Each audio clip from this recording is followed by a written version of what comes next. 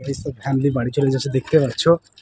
এখানে ফ্যামিলি বাড়ি যাচ্ছে, আমি সাইকেল চলে যাচ্ছে। আজ আমি কাজে আসিনি, আর কাজে এসেছিল, সব চলে যাচ্ছে পরপর ফ্যামিলি। গাইস আমি ভাড়াতে কাজ করি, ঠিক আছে। আমি সাইকেল নিয়ে চলে এসেছি, দেখুন টাকা নিতে এসেছি ভাড়াতে। আর এই যে ইট পাড়া দেখছো, সারা এদিকে ইট পাড়া, এদিকে ইট পাড়া, চারি সাইডে সাথে ইট আর ইট, আর ওই দিকে গুলা দেখতে পাচ্ছ। ভাড়াতে টাকা নিতে এসেছি সাইকেল নিয়ে আমি।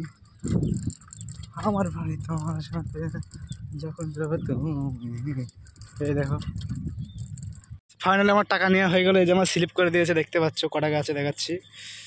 5 দিন কাজ করেছি আমি।